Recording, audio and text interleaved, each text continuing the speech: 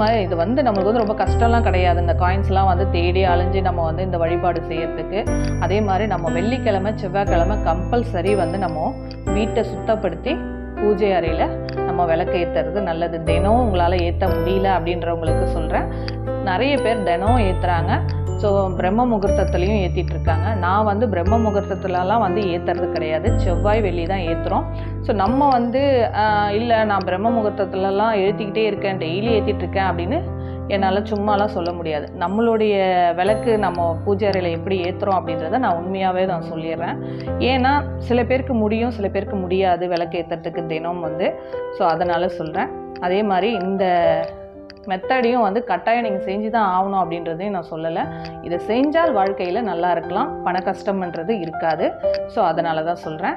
இந்த வீடியோ பிடிச்சிருந்தா உங்கள் ஃப்ரெண்ட்ஸுங்களுக்கு ஷேர் பண்ணுங்கள். ஃபேஸ்புக் இன்ஸ்டாகிராமில் ஃபாலோ பண்ணுங்கள், கமெண்ட் பண்ணுங்கள் எப்படி இருக்குது இந்த